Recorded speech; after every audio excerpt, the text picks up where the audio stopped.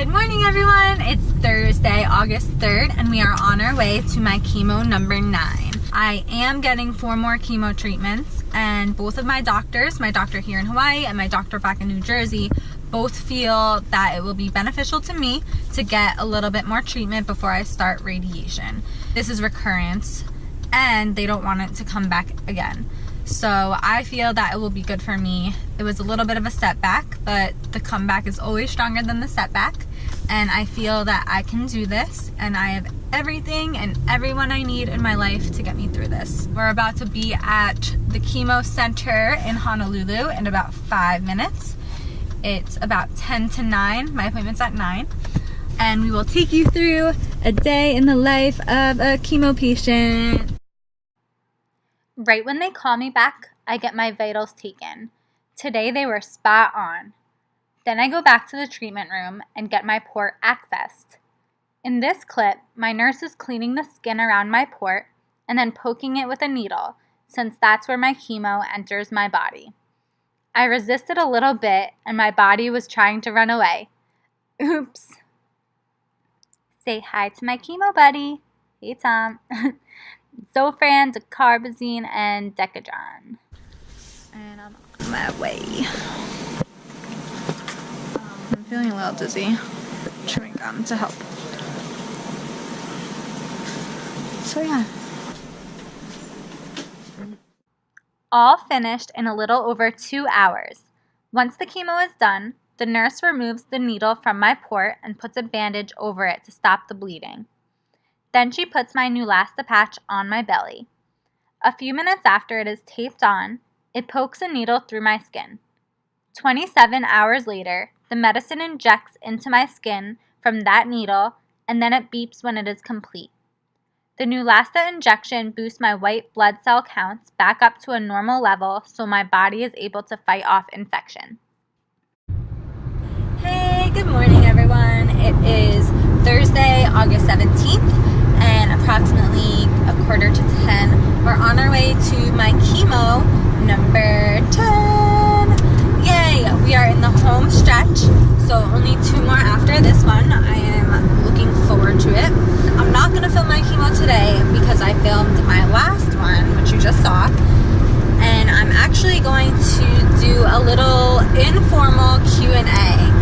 So I get a lot of questions from lots of different people. I kind of wrote out the most common questions that people ask me, and I would like to share the answers with all of you guys. So you'll see that in the next clip. Hey, so it's Friday, August 18th. And we're gonna do a little informal Q&A today based on a lot of the common questions that people ask me. So the first question is, how did I originally find out that I had cancer? What were my original symptoms? And how did I find out that I had recurrence? So the first time I was diagnosed was in 2010. I was a senior in high school, and my biggest symptom was actually in the left side of my collarbone, right in here. I had a little cluster, it was actually a big cluster of hard lymph nodes all put together, and it just didn't feel right to me. So I showed my mom one day. She was like, I'm gonna make an appointment for your doctor. My other symptoms were I was really tired all the time. I was taking like daily naps after school. I thought that that had something to do with me being really busy. I was working a part-time job, going to high school, dancing at dance competitions, teaching dance lessons, and a lot of senior year activities and applying to colleges going on. So I just thought I was really stressed and doing a lot, but that fatigue and tiredness had something to do with the cancer. And then fast forward 7 years later, how I found out that I had recurrence. I noticed right in here, like a golf ball size, yeah, probably about that big, lymph node swell up right here. And over in my right collarbone area this time, I had a bunch of little ones put together. It really scared me a lot because I automatically think, oh my God, my cancer is coming back, but you shouldn't automatically do that. I went to my doctor and she thought it could have been a sinus infection. She didn't want to automatically assume the worst, so she gave me some antibiotics.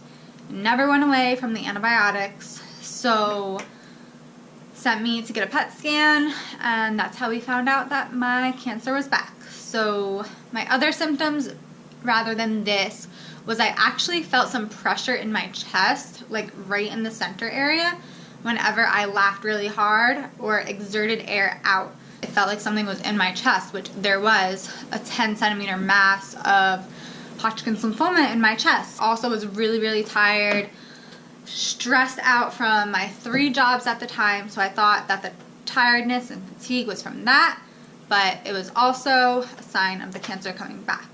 So my next question is, a lot of people ask me, have you tried blank? So there are several natural remedies that people have asked me about, and I'm going to tell you the ones that I have tried. Have you tried cannabis? And the answer is yes. I take my cannabis oil capsules every chemo before I go, and I also use them for the side effects for afterwards. So the few days afterwards that I do experience side effects like nausea, stomach pain, it really, really helps me with sleep, my appetite, anxiety. So I do use cannabis for every chemo. The next one people ask me is, have you tried soursop tea? So soursop tea is actually known to be a possible natural cure to cancer.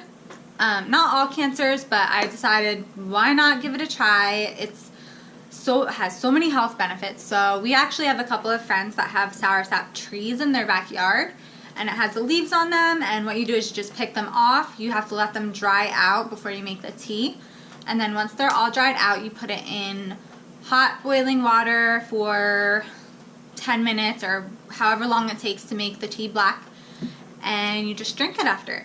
Next one, have you tried alkaline water? That's the only water I've been drinking for the past 8 months or so. It is known to naturally help kill cancer cells as well. And here's what it looks like. It has a higher pH level. This one has 9.5 pH or higher, which normally water is only a 7 pH. So yes, I have been drinking alkaline water and I swear by it. Next question, have you tried juicing? I drink a smoothie or a shake every single morning. I also found this really great company called Juice Plus that sells chocolate and vanilla shakes. All the ingredients are all natural, super healthy for you, great health benefits. It's only made out of natural fruits and vegetables, and it has a lot of protein and fiber in it too. I feel that those shakes and other natural smoothies that have all the natural cancer fighting ingredients have been really helping me as well. All right, next question. A lot of people ask me, hey, I have a friend that was just diagnosed with cancer. Can I give them your information so they can reach out to you? Yes, yes, yes. I love when people ask me this question because I've been in that situation twice now where it's like, oh my God, what is going on in my life right now? I've just been diagnosed with cancer. What do? All you want to do is reach out to people who have positive things to say, who have gone through the same experience, who could help you out and tell you exactly what to expect.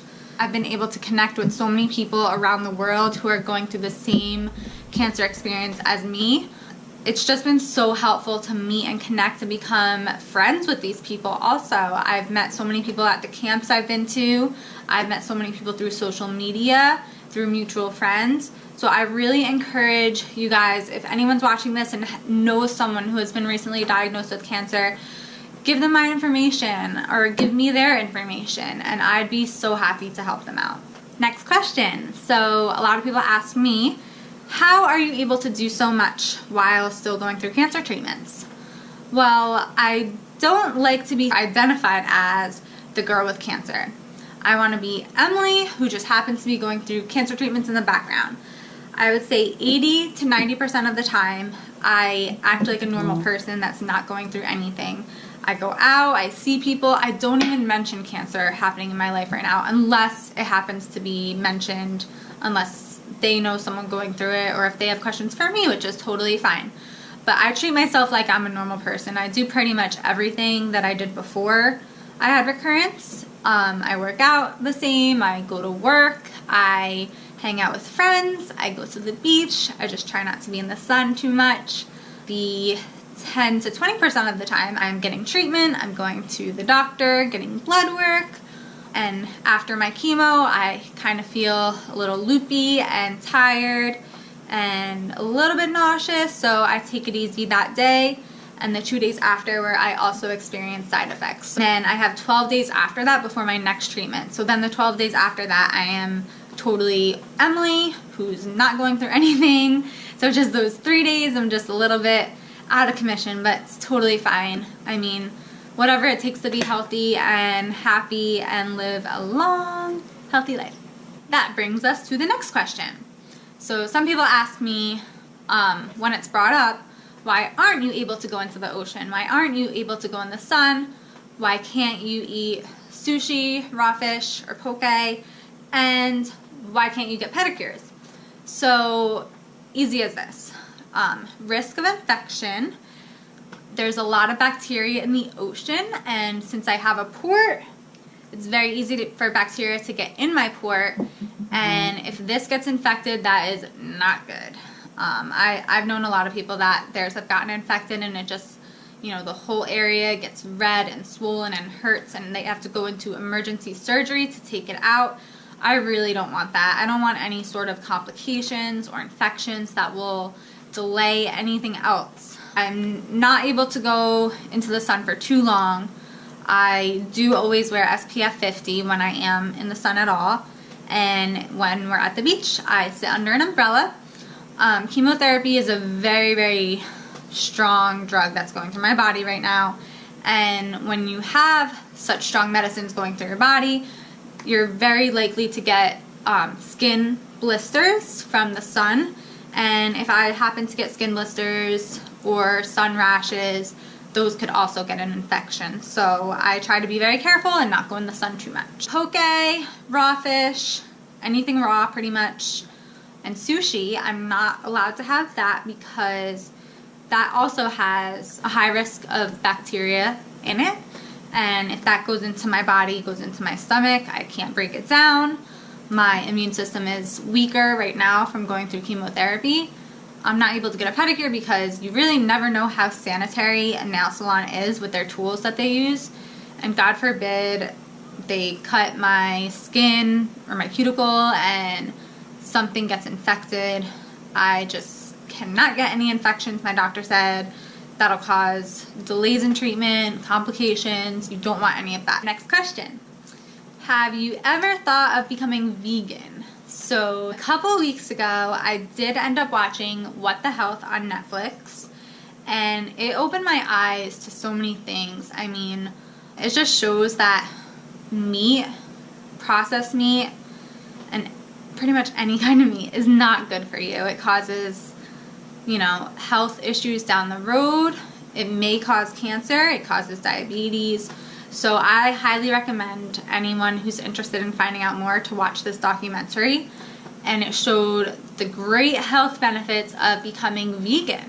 If any of you guys are vegetarians out there, or vegans for that matter, if you want to send me over some recipes, that would be awesome. Second to last question. So a couple of people came up to me and said, Emily, why do you have to get so many rounds of chemotherapy? Or why do you need to get chemotherapy at all? You know, my mom or so-and-so, they had breast cancer and they only got radiation. Every single cancer has a different type of treatment that works. And there are hundreds, maybe even thousands of types of different cancers. And there are thousands of types of different treatments out there. That's why clinical trials are being done every single day, is to figure out what the best treatment is for certain types of cancers. So for Hodgkins lymphoma, it's not just in one little part of my body. It was in my neck and my chest, and if it went any further, it could have gone down into my groin area as well. When I met with my doctor originally, you know, he went over the plan, what he thought and what my previous doctor thought would be beneficial to me right now, my body and my situation. I recurred 7 years later, and they thought that doing ABVD for 6 rounds, which is actually 12 total times, would be the best option for me, and radiation would end up killing any of the cancer cells that are left over. And the last question is, hey Emily, are you gonna keep your hair like that? Actually, sort of like it now. So it's been growing on me, and it's really easy to take care of, as you could tell. Takes me super fast in the shower. It takes me like a couple minutes to get ready. I don't even need to do anything, just maybe brush it a little bit. I do miss my long hair every once in a while, my curly hair. So we'll see as it grows in. I was planning on growing it out for our wedding next July, but we'll see how long it gets. And it's probably not going to be any longer than right here by then. That's 11 months away.